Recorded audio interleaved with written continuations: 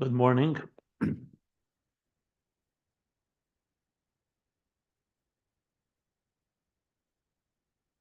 We are reviewing the conclusion of Hemshech Ayin Beis. We're on page 1383. I want to dedicate this class to a complete and speedy refuah shlema healing for Yosef Shlomo ben Risha for a complete refuah shlema. So, the last section we've been learning is explaining the concept of divrei Sofrim, the words of the scribes. But as we've come to understand, scribes is much more than just a writer and a scribe. Scribe, as he says, is someone that comes also from the word misaper or misper, someone who tells a story, tells the inner narrative, someone who also is delves into the precise meaning of every letter and every word, and thus draws out the deeper wisdom within it. An example of an author, that when someone writes something, they have to go deeper into the original core source of the idea. It does not suffice just to have a perfunctory or general cursory understanding of it. As we learned in Dibur, it's also that way. When a person speaks, it's also needs to go deeper than just the external and superficial understanding of it in order to express it, especially if you want to express it in brief, and how much more so in writing when you want to write something, and especially if you want to write it in brief, you need to go deeper into the very core idea. And he compared it to the concept of the letters contains something that the idea does not, the fact that you have to put it into letters. Like we see that when you when you look at actually the letters on a page, that itself adds a dimension of understanding similar to when you see the face of your teacher. And with that, he said, with Kach Yuvan b'masha Moshe, and so too it's understood when Moshe is called a scribe, called Mechekek v'Sefer, an engraver, an inscriber, and a scribe. So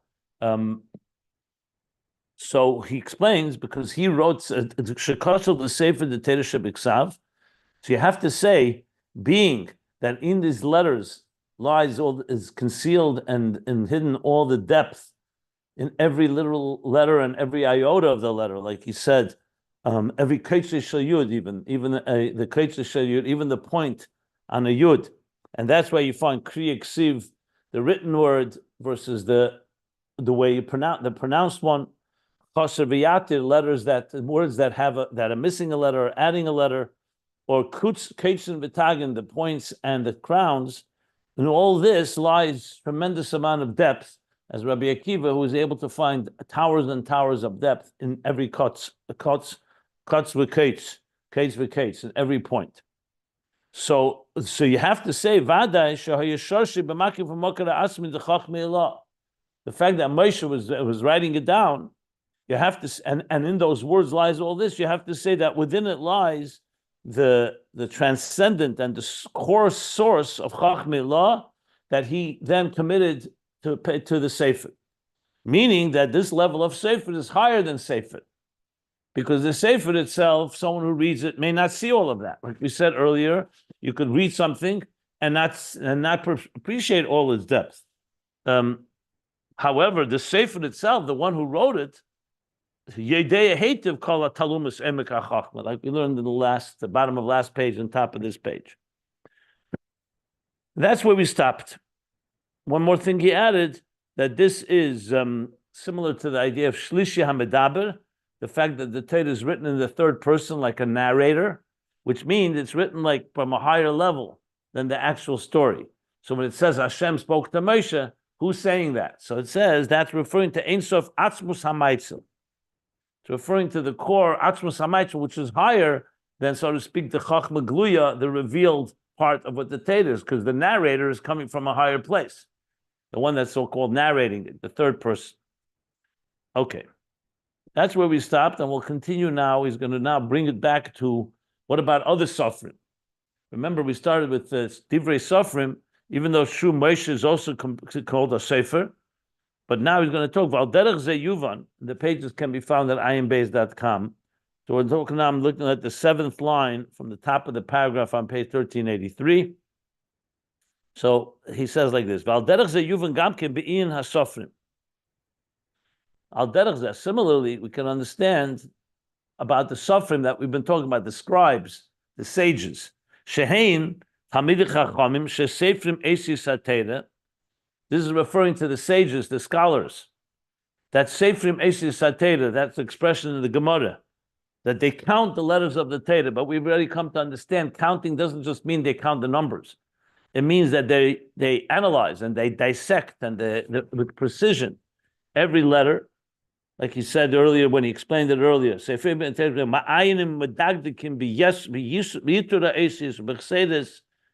and they draw out from that many, many halachas, just like Rabbi Akiva that we just learned. What does he do? He went and looked into every letter and every point and so on and draw out from it the towers and towers of halachas. So he says also these Sofrim, Sefer Mesis Satera, Umavayirim, and they explain them, Umagalin, Mashagonus Behem, and they reveal that which is concealed within them, because ostensibly when you look at it, you don't see all this depth. Tehine, so it's like we just spoke about Moshe, we can apply the same idea. Tehine Moshe Bechinas Sefer L'mayla Ma'achochma Shebe'esis HaSefer Kanal, just like we said just earlier, that the Sefer, the scribe, the author, so to speak, or the one that is the one that is delving into the depth of the Sefer, is higher than the Chochma and the wisdom in the letters of the book itself, because the letters themselves can conceal that depth, but the Sefer sees it and understands it. Kachu mamish madreges esei hasofrim. So literally is the level of those scribes, those sages. Shehein hatamid chacham shesefrim kol ha'esis. These scholars, these sages, that sefrim, that count and are we call them the surgical word masters of all the letters of the Torah. The masha yochel lahavi u'legales kol masha gonus v'nelam. Someone or a situation where you're capable of drawing out and revealing everything that's concealed and hidden. Mibchinas chochmei law be'esis the Torah shebiksav. The fact that they're capable of doing that. So if you recall earlier when he spoke about where did the Amoraim have the power to teach Talmud, because they reach deeper into the core in order to overcome the lack of clarity, the lack of the illuminating Chochmei law and Chochmei Tata that Mishnah has. They have to dig deeper. So he's saying the same thing. The fact that they're able to reveal that which is concealed in these letters that others would not see, from Chochmei law be'esis tereshah lebchinas esis adibar b'peh, and they're able to express it in like he said, sipur. They're able to tell the narrative, and that's what Torah Shabbat Peh is. Remember, he said Sefer is the mamutza between the Sefer and the sipur. So someone reading the book, so to speak, or the Torah, the written Torah, may not see all of that. But these Chachmei HaTalmud, or what he's calling here the Talmidei Chachamim, the Sefrim, they are. And what are they doing? They're basically saying, here's what it says in the Sefer, so and so, here's what it means. So the fact that they're able to do that, to bridge that which is written in the Torah, in the Sefer, in Torah Shebiksav, and express it in words orally, in Dibur B'Peh, B'chinas Malchus Peh, Torah Shebal Peh, the parentheses he adds, this is the level of Malchus, which is the mouth, refers usually to Malchus. That's Torah Shebal Peh. Bal Peh means being said by the mouth, meaning orally. Malchus Peh, Torah Shebal Peh Korin law. That's what it's called. We say this in Tikkun Ezer and a few other places. It's called Torah Shebal Peh. How do they have that ability to do so? That's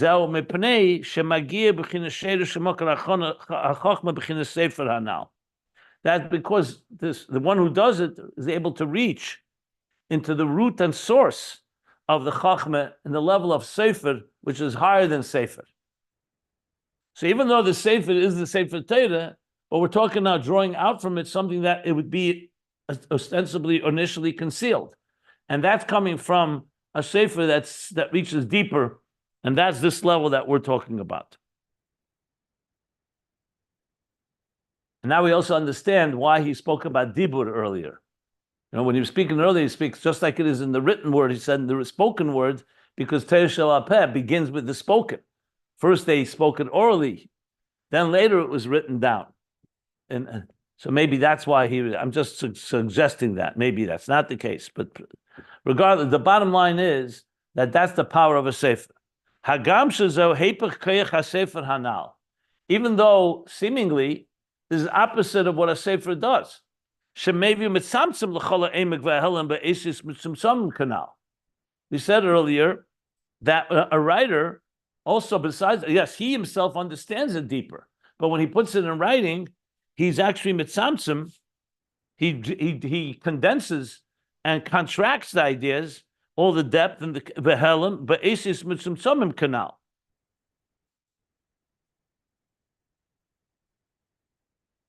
So he's qualifying by saying he's not changing what he wants to say. He wants to say, so though on one hand, a Sefer actually does limit it because he's putting it into words, and the person who's reading it may not be able to appreciate it,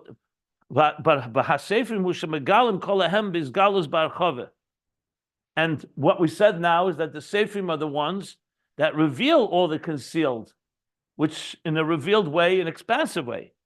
So he's saying now to clarify that. In other words, just to put it into simple English, when a writer writes something, is he being limiting the flow, or is he revealing the depth?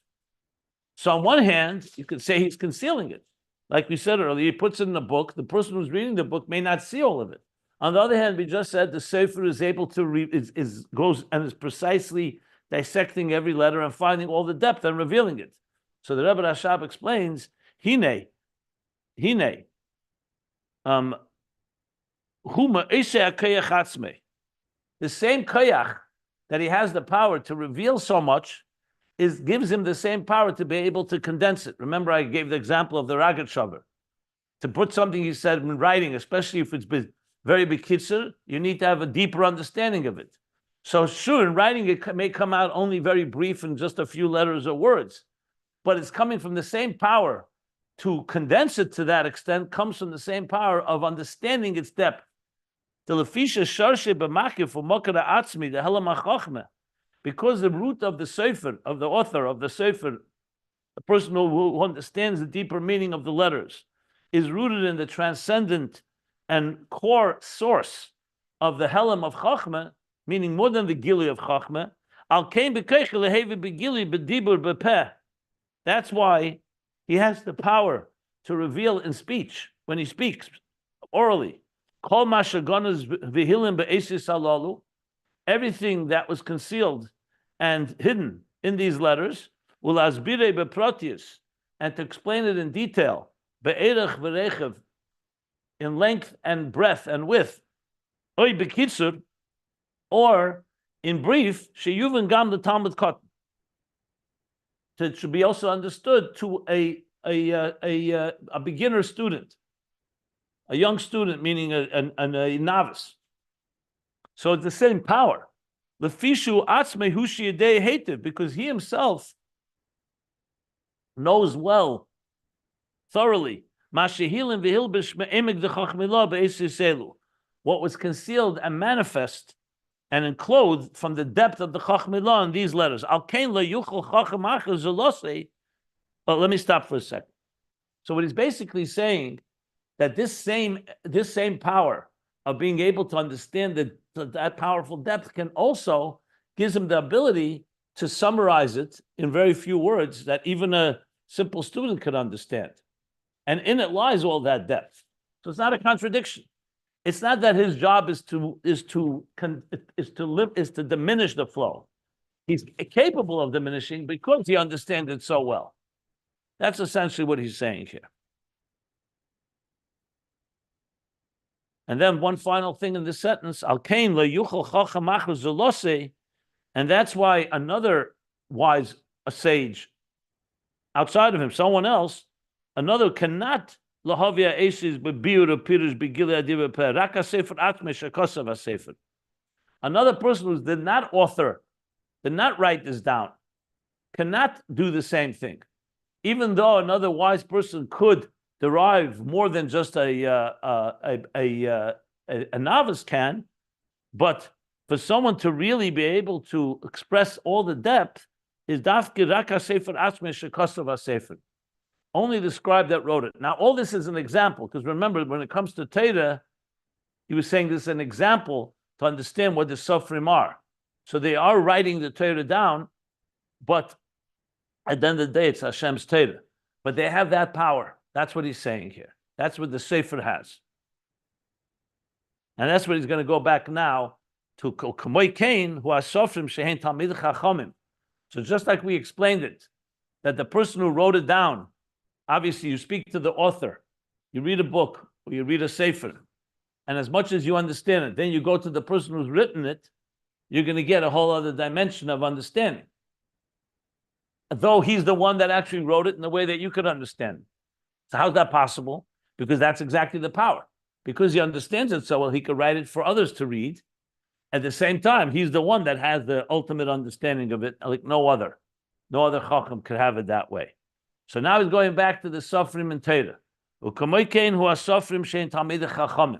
Using this example, so too it is with the sages, the Torah sages, the root of their power, of their ability to be Sofrim. And remember, Sofrim is not just writers, but people who are precision to surgical understanding of dissecting and understanding the depth of all the letters and words of the Torah. Their root is higher than Sefer. It's from the root of Chochma law, of the supernal Chochma, ubiyigiyasam b'Torah, and through their exertion and effort in learning Torah by ikar b'mesiras nefesh, and primarily with their mesiras nefesh, which means that total devotion, absolute and total dedication and devotion, like we learned earlier. So it's not just that they are studying it because they're intellectually challenged, but a mesiras nefesh, leida amitis ha-Torah, to know the truth of Torah, because they want to know what does God want. And that's where they'll struggle and they'll work hard, like he brings here again, which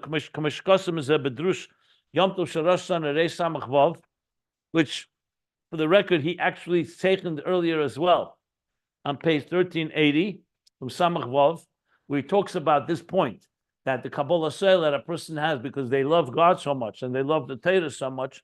So it's not just that you're looking at like you're an analyst or a professor that's trying to understand an idea. It's with the Mesiras Nefesh to really understand the Amitis HaTorah. What does the Torah really want? So that Yigia and that Mesiras Nefesh, what does that achieve? Through that, Higiu l'sheirush ha'makar ha'chochma. That propels them to reach into the root and source of the Chochma. B'chinas Sefer Hanal, the level of Sefer higher than Sefer, than the book. V'hainu b'chinas shlishi ha'medaber shebeteira, the level that we call the third person, that narrator, the writer, so to speak, who's telling us what the Torah says. So they're not just learning Torah, in other words, learning the narrative, but understanding it from the source of where the narrative is coming from, the original source of it. And this is what the Sofrim accomplished. Through this effort, through this process, they draw out and they extract from the letters of the Torah kol hadinin va'alochas, all the laws and the edicts, as they are in their full integrity with their full truth.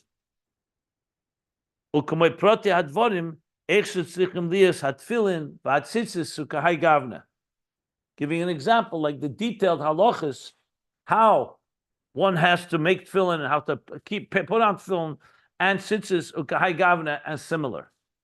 The mitzvah Shabbos, similar to the laws of Shabbos, the mitzvah of Shabbos ukadema. And so he's using these three examples: tefillin, tzitzis, and Shabbos. Shazehu, all of this, zehu b'chinas haizgalus v'archava. This is all bringing it out in a revealed way, an expansive way. Masha nimtza be'esis beremes, that which initially is contained in the letters alluded to in the letters of the Torah. Remes. U'k'may dvarim, hadvarim, eila hadvarim. So the Gemara says, it says about eila hadvarim, it's talking about k'may dvarim, hadvarim eila, hadvarim shemerumas b'la halama tes malachas. So the Gemara in Shabbos, Ayin Omid Aleph, says, what do we learn from the word eila hadvarim? Why is dvarim and not? Just say these things. What's eila hadvarim? So eila is the gematria of lamed vav, of lamed tes. Lamed tes is eila hadvarim. How does that work? 36, 37. Yeah, 30. Let me see how the Gemara says it. Hazam Arum is lamed tes malachas. Eila is 36. Three more. I think the Gemara says hadvarim is 3 because it's dvarim plural. So davar is 1, dvarim is 2. I have to look in the Gemara. If I recall correctly. 1 second. Look at my dvarim, hadvarim.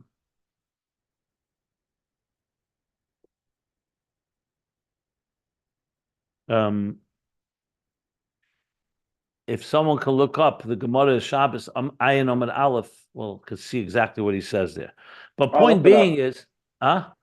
I will look it up. What? Nothing. I said that I would look it up for you. Oh, okay. Thank you. I didn't hear. So the point being here, here's a perfect example. When you see it in the pasuk, it's just a word. Eila advarim. You wouldn't know what it says. It's beremes. What do the Sofrim do? They are able to look at the letters and they dissect it. And they come up and they say, no, it's a gematria. It's a gematria of 39. So from there we learn there are 39 malachas. The Torah doesn't say the number 39. It's hinted to in the word eila hadvarim. So that's an example of how the Sofrim, because they're able to go to because of their effort and yigiyah, and they're rooted, they're able to go to the root of Chochma law, back to the source, and able to reveal that which is concealed in the letters that you wouldn't see on your own. So that's an example. Before, what the other example? No, that okay. How were they able to do that? Because they were able to reach, because they reached to the depth of the Chochma in its root and source. Not everyone can do that. That you need. An author can do that with their own book, and the Sofrim, the Talmid Chacham, can do that with the Torah. So here you have a Torah shebiksav is Sefer. Sipur is the narrative as it's told, but who is telling the story of Torah Shebal Peh? It's the Sefer who's able to go deeper into the Sefer, into the book, and access and draw from its root and source. So it's all coming from Torah. It's not their innovation, but they have the wisdom and the ability and their effort and Yigiyah Mesiris stuff is to draw out from the mouth, like we said, from the source of the mouth of the well, if you wish, from the source itself. Like we learned earlier, not just from Chochma Gluya, but from the Ayin of Keser, from places that are the superconscious of Torah and beyond. Okay.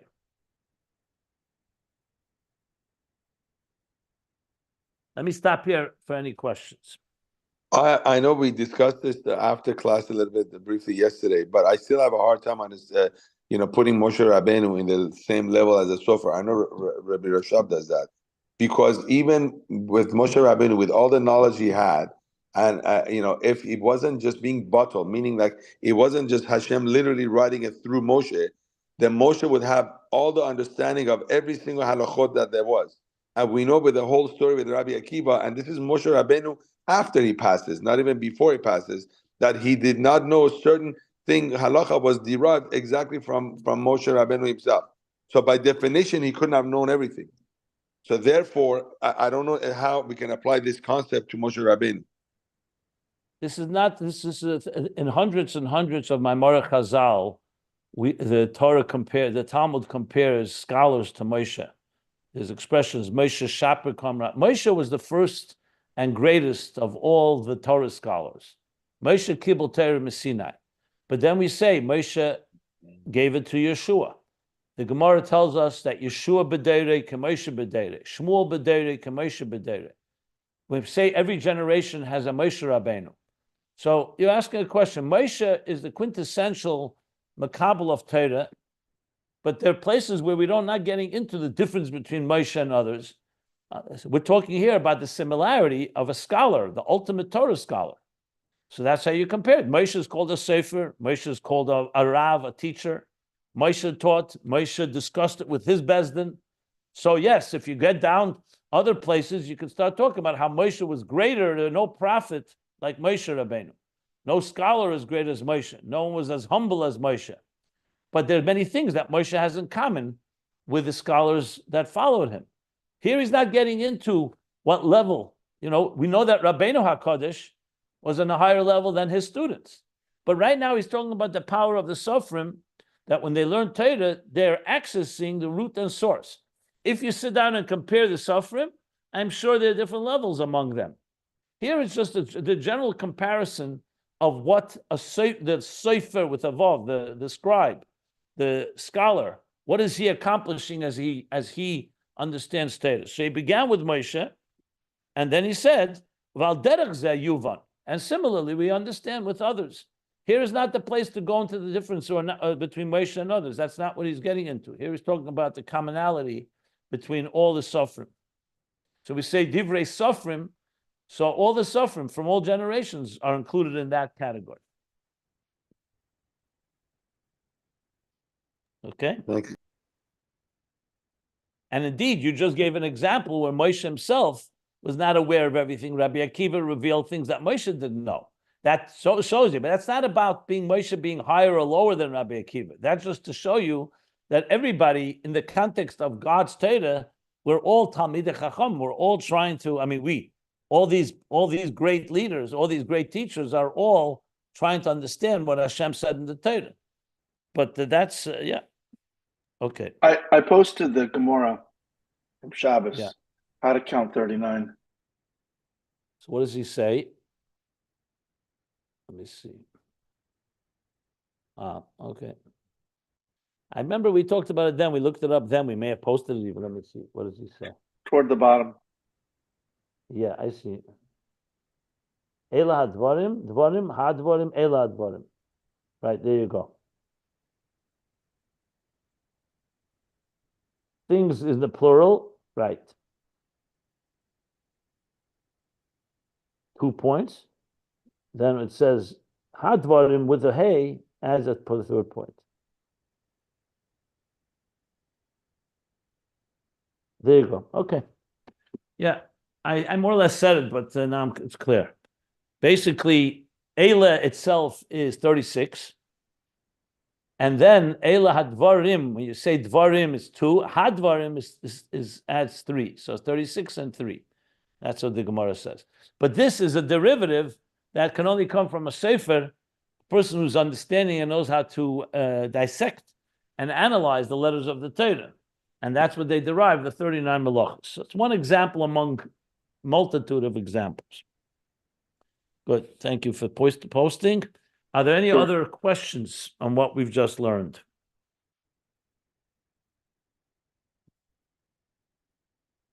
Okay.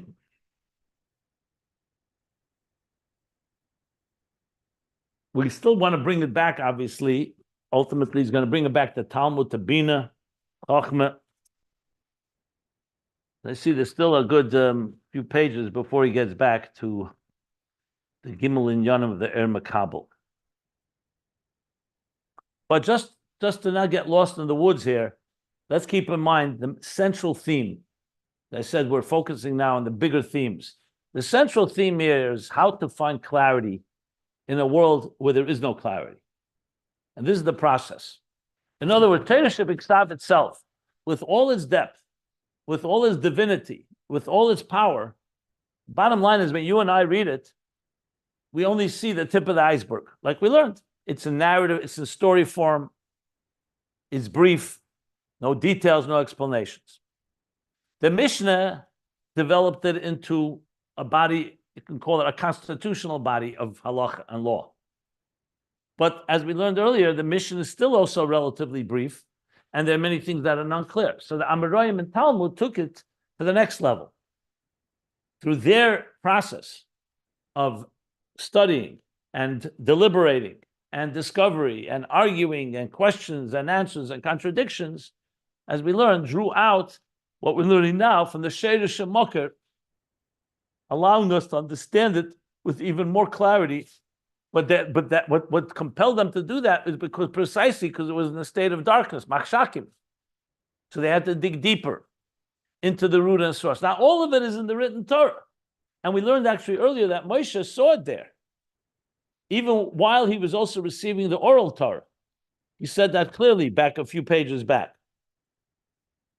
And yet, that's on that level. Like he said before, that's the person that's the Sefer of that level. He's able to see it all.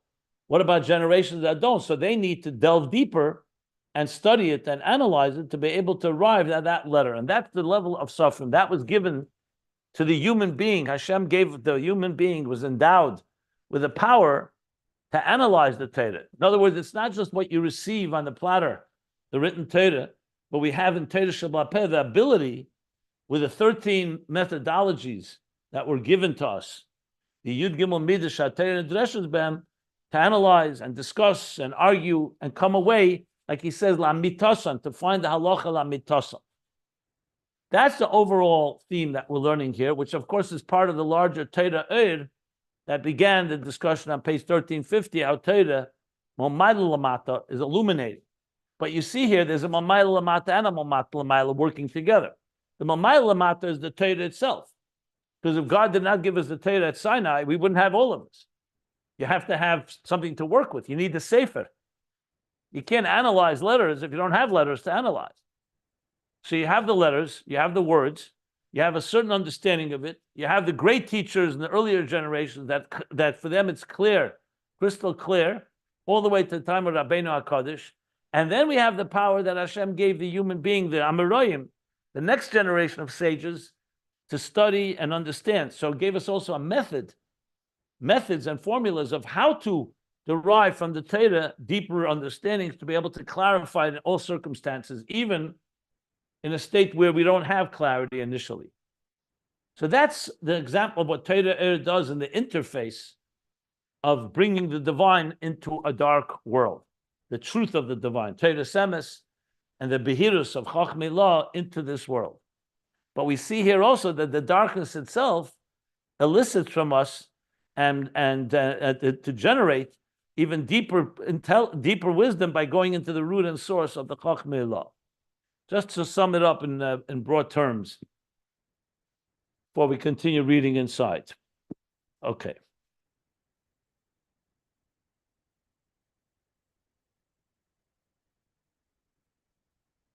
V'zeu shekosov, continuing on, v'chochma techaya ba'aleha. So the pasuk says, Chochma energizes, sustains its owners. Literally means that those that own Chochma, those that acquire Chochma, Chochma empowers you, it energizes you, gives you life, basically. He's going to explain it now in the context of what we're learning, Chochma and Binah. Shabina hi ba'alel de Chochma. Binah is the level of ba'alel, the owners of Chochma. So Chochma, as we learned, is the root, is the kernel, the seed of consciousness is Chochma. Ba'aleha is Binah, umavur b'mokim acher, and explained elsewhere. And he says where Ba'bir the Ayin Beis b'lekuta Torah shalei nitfus. So there's a Maimer Ayin Beis in Lekuta Torah. It's actually this week's parsha, and the beer of it that's not printed. There are Maimarim that were printed in the Lekuta Torah. The Maimarim that were not printed. The Machzedek didn't print all the Maimarim of the Alter Rebbe. So he's referring to that Maimer. What does it say there? The Nekuda Hasichlis, Kamoishi Klula Ba'atzmus Koyach Hasechel, says it like this: that the Nekuda Hasichlis, the spark or the kernel or the point, the cognitive point, where an idea begins entering into consciousness. Kamoishi Klula Ba'atzmus Koyach Hasechel. Let me correct myself. No, not when it enters consciousness. The Nekuda HaSeichel is that as it's still in the root, included in the core power of Seichel. Hisham betachlis harchava blit simtzum klal. So the Nakuda, when it comes out as a Nakuda, as a spark of an idea, it's only a Nakuda. That's what Chochma is. You have an idea, the idea is very concentrated, very brief, but how is that Nakuda in its source? Before it enters consciousness, in the supraconscious force that we've been talking about earlier when we spoke in the previous 2 pages back, Chochma is it's rooted in Kesed, in Chochma Stima, or in the Sheidish HaChochma, Moker HaChochma. So he says in this Maimer, he says that when it's included there, it's actually in an expansive state. B'tachlis ha'achava, b'li tzimtzum klal, which makes sense because the nekuda that we get consciously is concentrated in now in a revealed conscious state. But within that, if you were able to open up that kernel, that seed, if you were able to open up that cell, like we talked the example of conception, that one cell in it contains all that will come from it. However, we're not conscious of it. That's how it is in its source. Not that it actually exists when we say it's expansive. It doesn't mean that if you're able to enter there, you'll see this expansiveness. It's not existent.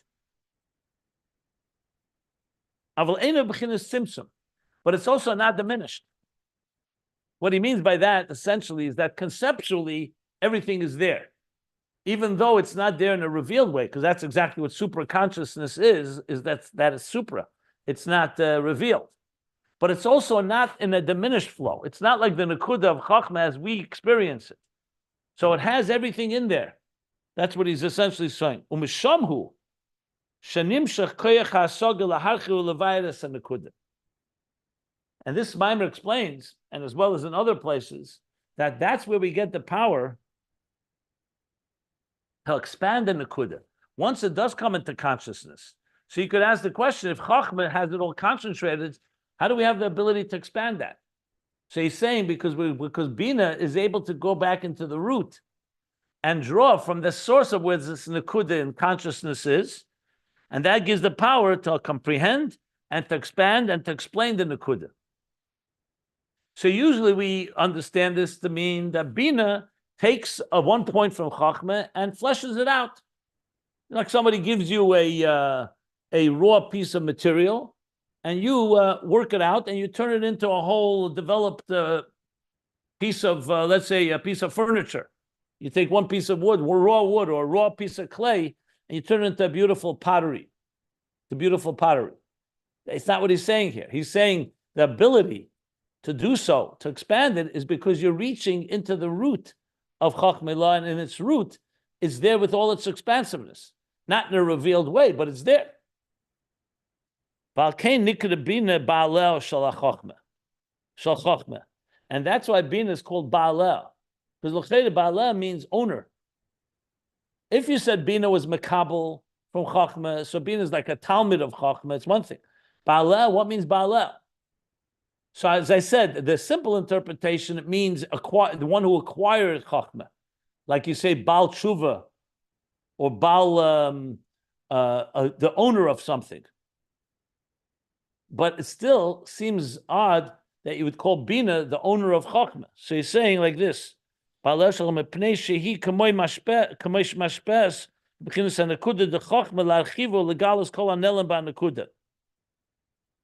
Binah ends up being like a mashpia to Chochma, even though initially Binah is receiving from Chochma, but at the end of the day, what Binah is doing is actually being mashpia by expanding the Nakuda of Chochma. In a sense, it's giving back to Chochma, not something new that wasn't there, but now it's new in the sense where it expanded. If you recall earlier, we spoke about how Binah's ma'amis verifies.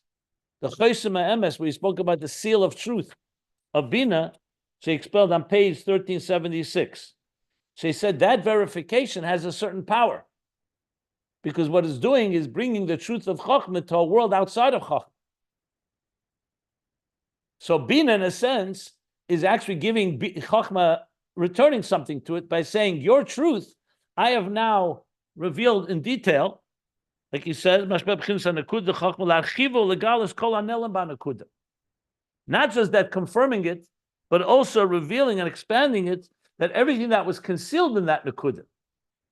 So when the Chachamim, for example, take the word Eila Hadvarim, and they derive from it the Damates Malachas, in a way they're being mashpia into the pasuk itself.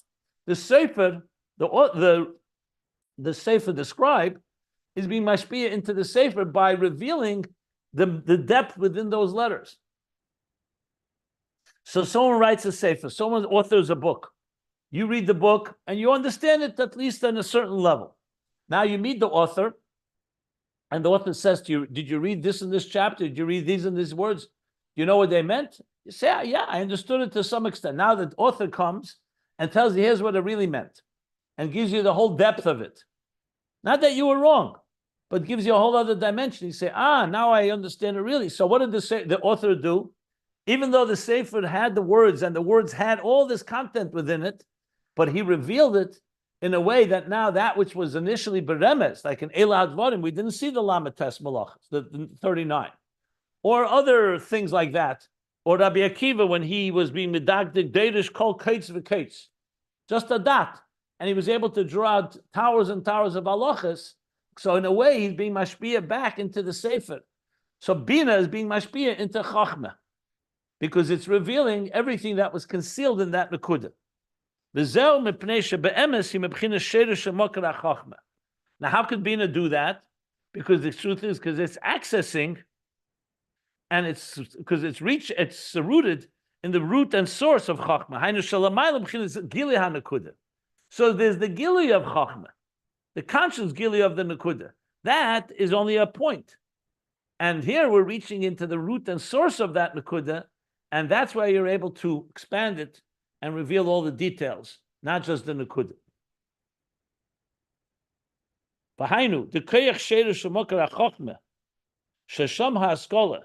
This means that this power of the root and source of Chochma, where there the idea is there, it's an original form. Like he said earlier, there it's in a state of expansiveness, but it's not conscious and not revealed.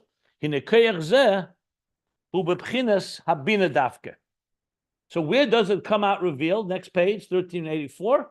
Who reveals the expansive root of the Nekuda of Chochma? That's Dafke Koyach HaBinah. That's the power of Binah. In other words, if Hashem did not give us the power of Binah, only the power of Chochma, we would only have the ability to get Nekudas, points that come from a very expansive place, but you'd only have like the letters of Torah, the written Torah. But Hashem blessed us with another faculty. It's another attribute. It's called Koyach HaBinah. So Binah is not just a peripheral and an accessory to Chochma. Binah has its own power. When I say its own power, it's a power that's coming and manifesting the sherish and mokir of Chochma. And therefore it expands it and reveals it in full glory as Binah does, which in this context, as we're going to learn, is Torah Sheba'al Peh. So if that's the case, so why do we say Chochma Techaya Ba'aleha? Because then it seems like Binah is being mashpiyah to Chochma. So he says, "U'makol mokim haChochma techaya ba'aleha." Nevertheless, Chochma is the one that energizes or sustains or enlivens, if you wish, ba'aleha. Because Chochma hi amachaya es haBinah. Because Chochma is the one that gives life to Binah. Shari asoged the Binah b'nekudas haChochma, b'nekudas the Chochma. Binah is not some separate entity, independent and divorced or autonomous from Chochma. It's adding a whole dimension, but what is Binah developing? Like I said before, all these drashas of the Lamates Malachas from Eila Hadvarim is because you have the words Eila Hadvarim. If you didn't have Eila Hadvarim in the Torah, you wouldn't have the Binah to be able to expand on it. What is it expanding on? When a Sefer dissects the letters and the words of Torah, they're dissecting letters and words. You're working with something. You're working with the words. So that's where Chochma is. So Binah is all about understanding the Nekuda. However, Binah adds another dimension. Which means that everything is included in that concentrated point of Chochma. Ukanal.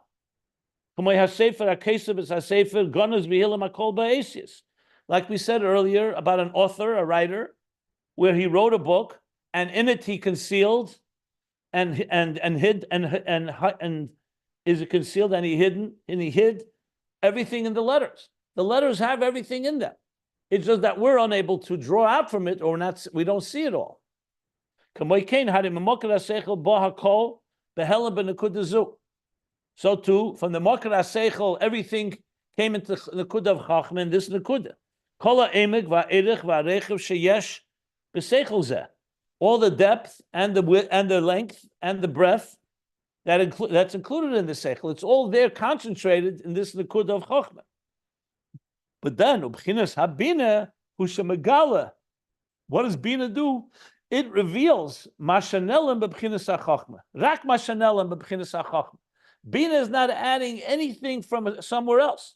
When the cells begin to split, when a fetus, after conception, when the cells begin to split, they're splitting the original cell.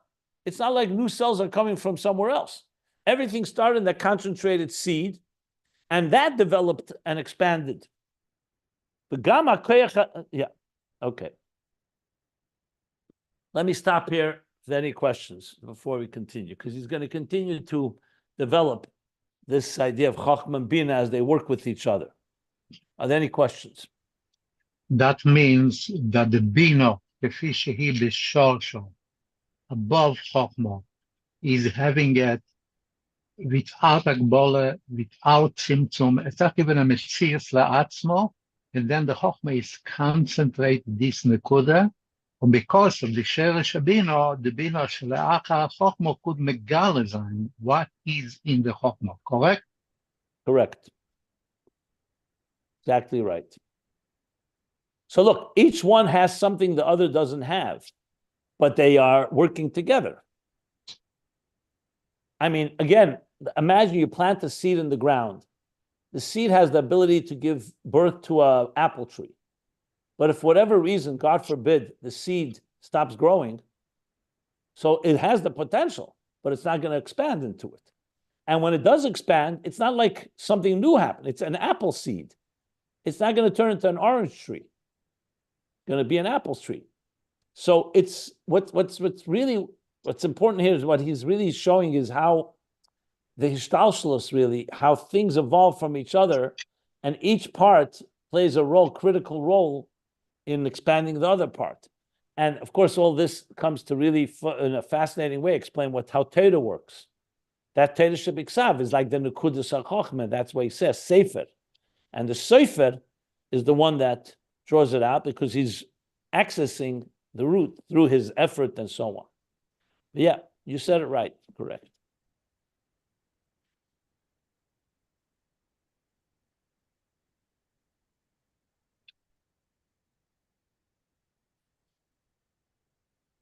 I mean, ultimately, even though he hasn't gotten to it yet, when a person right now, you and I, or we here, this class, are learning here Ayin Beis, and we are analyzing it and we're trying to understand it, and let's say we are able to go and find something that, by a certain diuk, and we draw it out.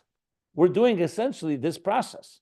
I'm not saying we're doing it on the level of Moshe Rabbeinu or the level of the Divrei the Talmid Chacham, the Divrei Sofrim, but the idea of a mind making the effort and the diligence and the exertion to draw out because we really want to understand what he's saying is really what he's describing here.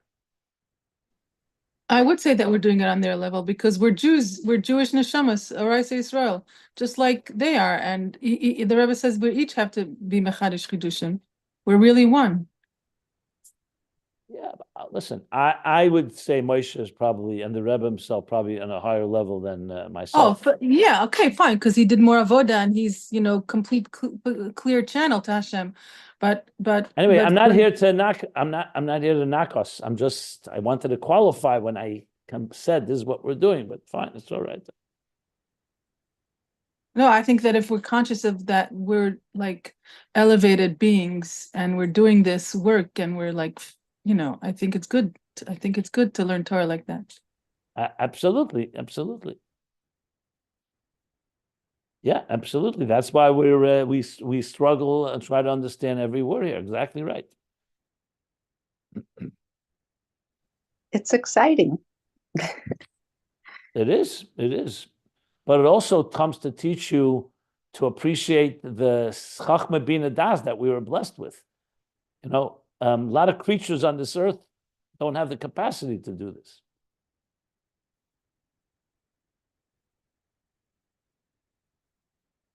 So yes, we are, let's put it this way, we're participants in the unfolding drama of God's wisdom in this world. That's a poetic way of putting it. I was going to say, beautifully said. Thank you. Okay. Any other questions? I think I'd stop here because there's more to go, obviously. And by the way, Rabbi Yitzchak, you asked a question about Havein b'Chochma, whether it's connected to this discussion a while back, maybe a week ago. I So see now right he's here. actually, in the next section, he's actually bringing that here. Yeah, I just started reading. I got excited. Yeah. See, I remember your questions. Yeah, that I was anticipating something or remembering. No, I said at the time, I'm not sure, but the Rebbe Rashab himself says it, and obviously it's very clear. Yeah. Okay. I just want to see if I'm going to finish the full sentence here. Let's see. Yeah, I would stop here just simply because we learned a lot here. There's a lot to process here. Yeah. What should I say? Even though we learned this, I don't know if any of you remember. I must say, even though I remember pretty well what we learned, I must say I'm definitely discovering some things I don't recall learning the first time we learned this. But that could be always whenever you learn a second time, and especially in the context of everything we've experienced. We have matured in the last few years with a lot more knowledge. So definitely worthwhile this exercise. Yeah, It's almost like it's new again.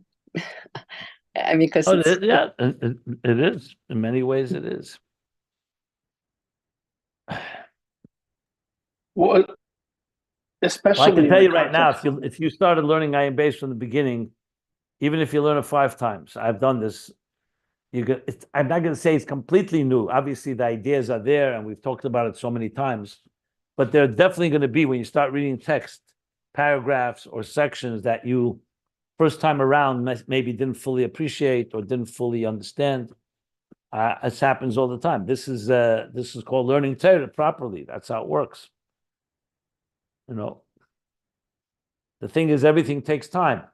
Very difficult to go back now and learn the whole thing, but it's definitely worthwhile the effort. But I think we're doing fine here. We're going through the conclusion, and we want to really. What my real goal is to make sure that all the questions and ideas the Rebbe Rashab began, we have some type of understanding where it's going, and how it would most likely have concluded based on the other Maimorim. This is the source material of this, and so on. Yeah, that itself is a Chochma Binah process, you know? Totally. The source material of Ayin Beis is like the Chochma of the Binah that the Rebbe Rashab is developing here. Would you ever consider trying to write something about this, what we've learned here, or is that not? I have, I write all the time. I have notes. I write all the time. And I also have written a running summary of Ayin Beis. And I've not published it yet, but you can find it some places online. Yes, I do write. This is the idea for studying 100 times in the Gemara and 101 times. That's right. the idea. Yeah.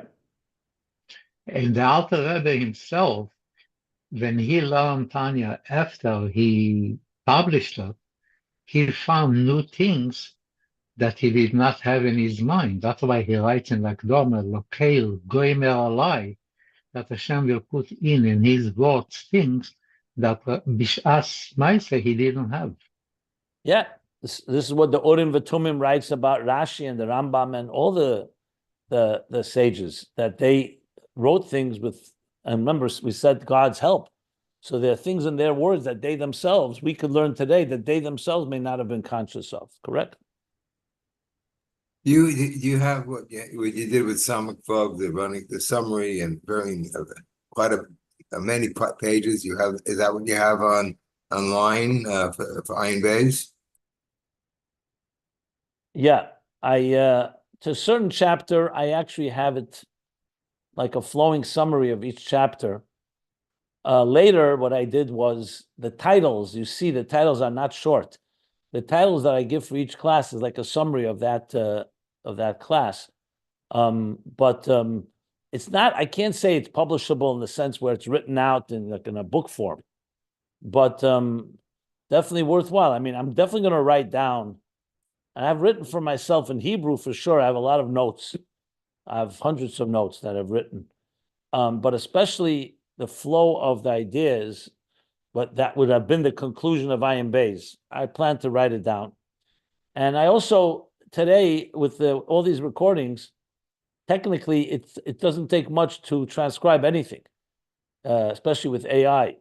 Every class like this can be summarized like this. So you could ask AI to give you a one-paragraph summary of this class, and it will be quite good. So, Have you done that? Did you try that? In a work? Of course, I tried it. Yes. And it doesn't get like print funny words like. No, listen, a Hebrew word they may not pick up, so it has to be reviewed. A word that it doesn't have in the system, like but you could train it. I haven't done it extensively. I've done enough to see that it could be done.